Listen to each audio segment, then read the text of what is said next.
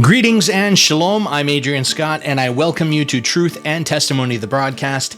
It is time for some more shekels for your thoughts. And the topic of today's episode is going to be on prayer. And there's a lot to be said about this. I'm not going to meander on too much, I don't hope. I do have a tendency to go down rabbit holes sometimes, but I'm going to try and stick to the point here. And some things I just want to cover is this idea of, first off, the importance of prayer, the relevance of prayer, the impact of prayer, and the power of prayer. So I'll start by saying this. There is an observation that I have made about the Bible. Again, I've read through numerous times. There's people out there that have read the Bible a lot more than I have, but I have read through it numerous times, and there's some trends that I notice. And one of the trends that I noticed, which I make a statement about, is this idea that throughout the portions of the New Testament, when Yeshua was in his earthly ministry, I noted that he was continually, very, very frequently in prayer. And this is an individual who, yes, he was fully man, but he was also fully God. So here's God in the flesh, who's come to dwell and tabernacle amongst us. And he, sinless as he was, in order to pay the penalty for us breaking the covenant, still felt the need to be in prayer all the time. And, right up to the disciples, I call it the disciples' prayer. It's probably more commonly known as the Lord's Prayer, but it's when he was teaching his disciples how to pray. Our Father who art in heaven, hallowed be thy name. We know the prayer.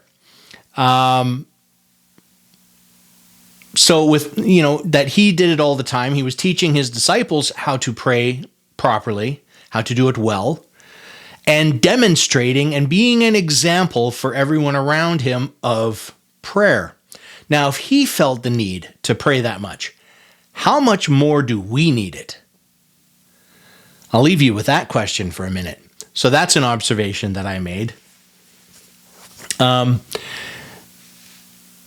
If you look in the Jewish culture and in Orthodox Judaism more specifically, I should say there are elements of Orthodox Judaism that I strongly disagree with and that I have real concern about. Like I'm perfect. I certainly am not saying that. I know I have my own faults. But when I just have a plain reading of the Bible and I see what it says, and then I see some of what they're doing, and it does not seem to line up to the Bible. Not the way I read it. So could I potentially be wrong? Maybe. I don't think so. But I acknowledge that it is possible. However, and having said that, I don't want to sit here and rain on the Orthodox all day long. There are many things that they do that I think they do really well. And I think in those moments, that's when you're getting a little glimpse at God's chosen people. One way or the other, in obedience or disobedience, they are his chosen people. They have always been his chosen people, and they will remain that way. They may be disciplined. They may be exiled from the land at different points in history and need to be gathered in, and other things like that may happen, but they don't stop being his chosen people. So that's an important thing to keep in mind. But when you see some of the things they do, I think it very strongly lines up with that. And I try to get those examples and lean into them when I can. And one of the things is their devotion to prayer. The importance of prayer, I don't know that it could be overstated. it is so profound. Through prayer, people have been healed. Straight up, fact. Mic drop. Through prayer, people have been healed. And I'm talking not just, they were in a bad mood or they kind of had a cold or something like that. I'm talking major illnesses. Obviously, things like blindness, as we read in the Bible, deafness.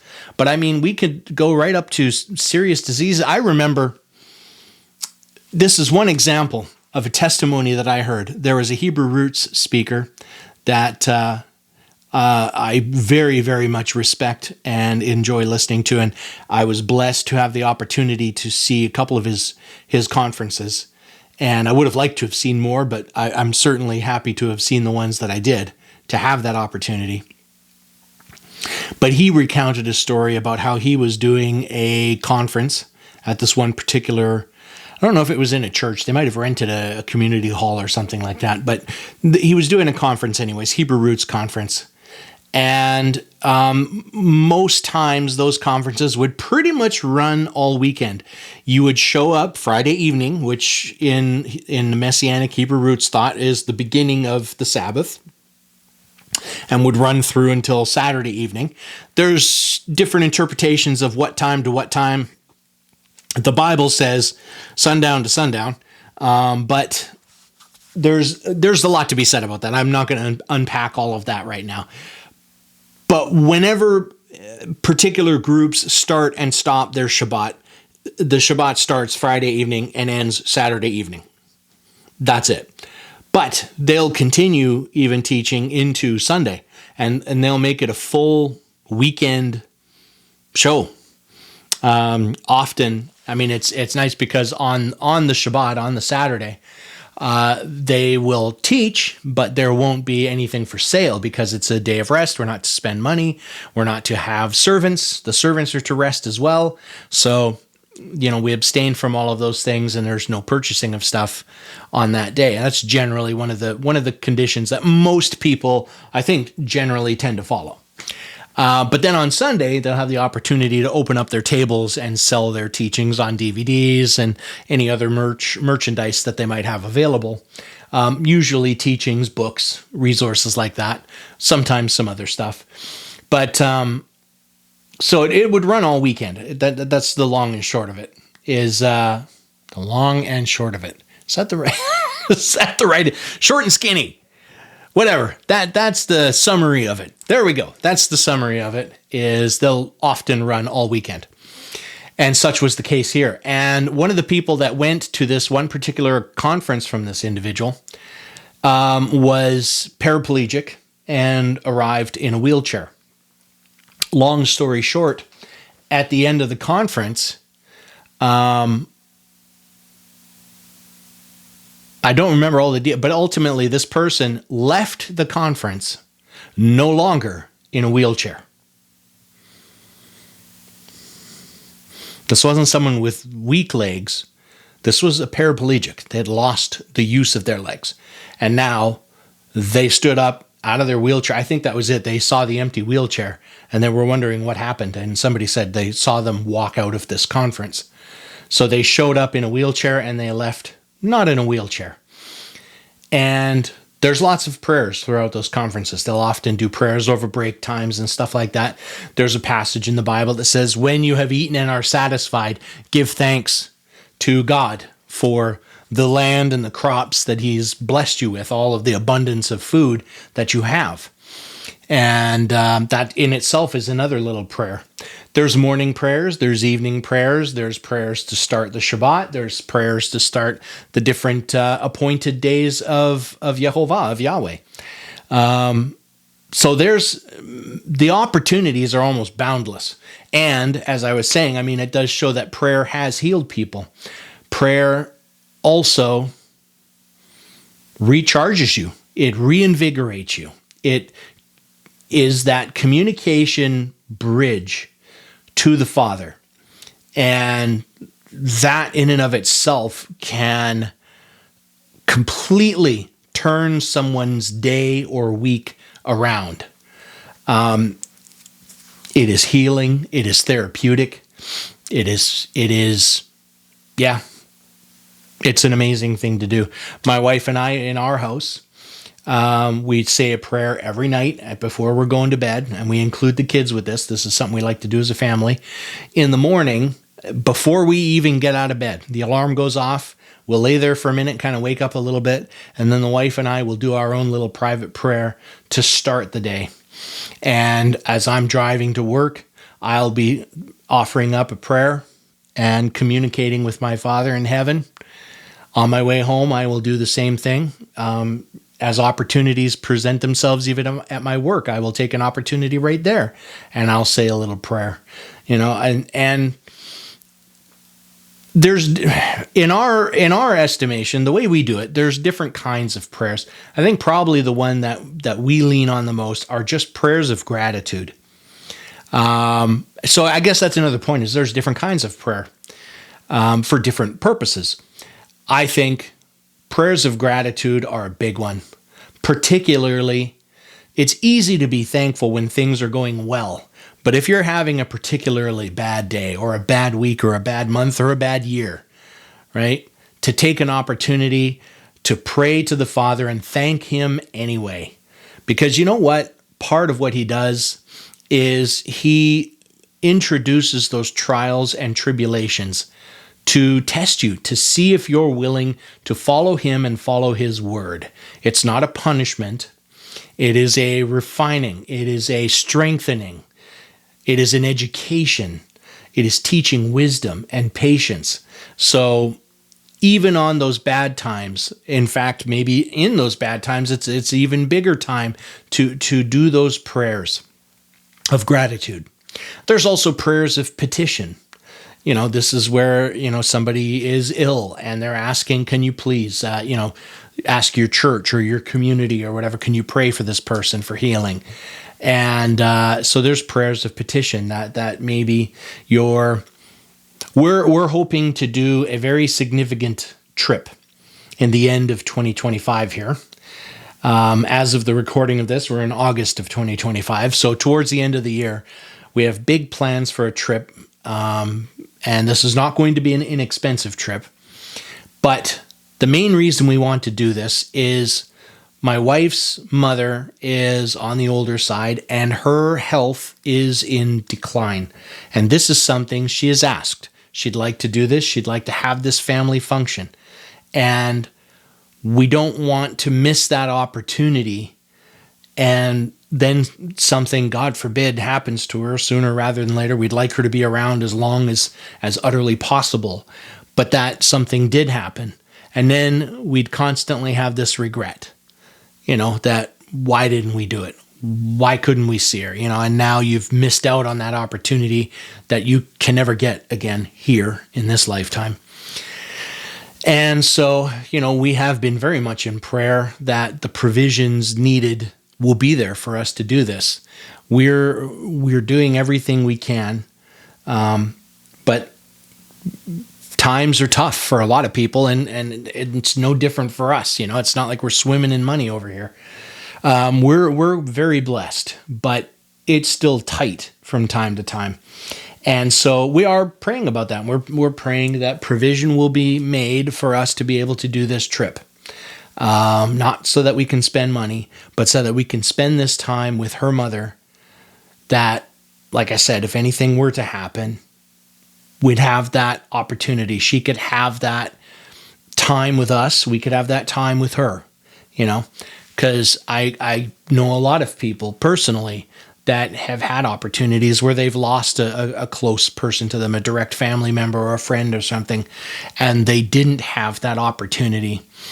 And they just, unfortunately, can often live in a lot of regret that they didn't take the opportunity. On the flip side, I know people that have had that opportunity, and they're so thankful that they did have that opportunity. It doesn't make the loss any easier, but there was a connection. There was a closing. When you don't have that opportunity to say goodbye, as it were. When you do, that makes a big difference. So prayers of petition to allow for stuff like that, prayers of blessing. Yeah. Those are probably the big ones for us are the prayers of gratitude, prayers of petition, and prayers of blessing. And when I say blessing, like one of the big ones for us is and it's kind of a traditional sort of Orthodox Jewish prayer, which is praying for the peace of Jerusalem and the restoration of Israel. And from our standpoint, I mean, the whole point of that is when those things happen, that is drawing the Bible towards its conclusion. And as another speaker said on one time, it's like, I've read the Bible.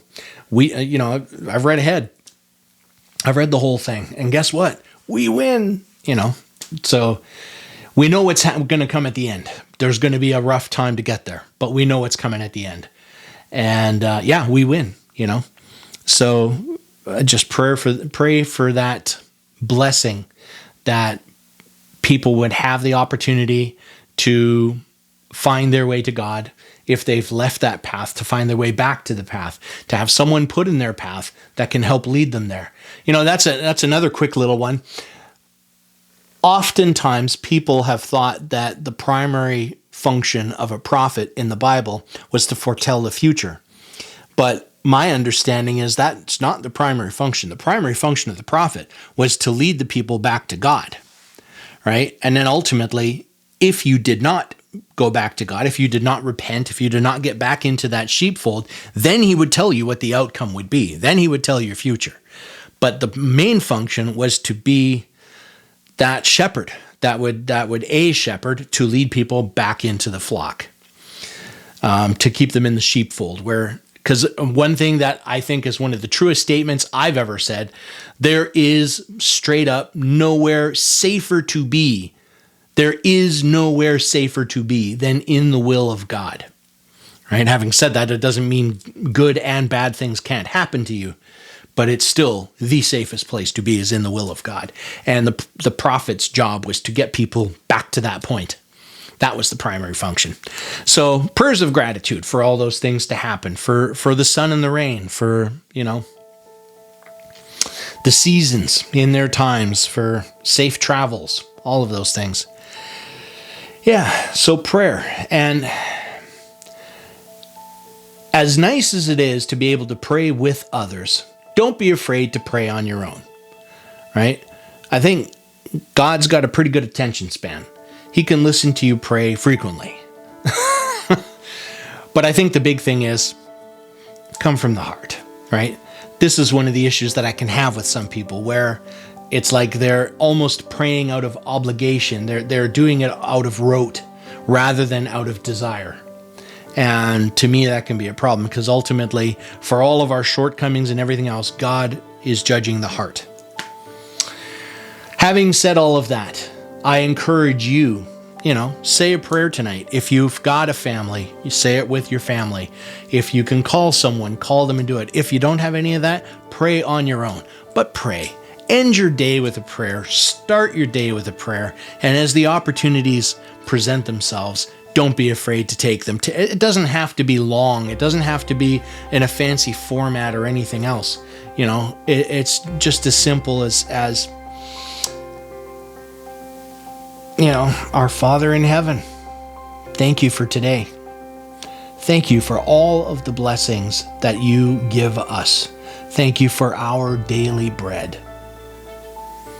We pray for your kingdom come and your will to be done on this earth as it is in heaven. The Messiah said it so well. If you enjoyed the video, please give it a thumbs up. Don't forget to share, and if you have not done so yet, subscribe, hit that notification bell to all so that you're notified to all of the videos that we are posting, and we've got lots of stuff coming up, so you don't want to miss it. On that, I do wish blessings on all of you in the name of our Messiah, Yeshua, and I say shalom, have a great week, and bye for now.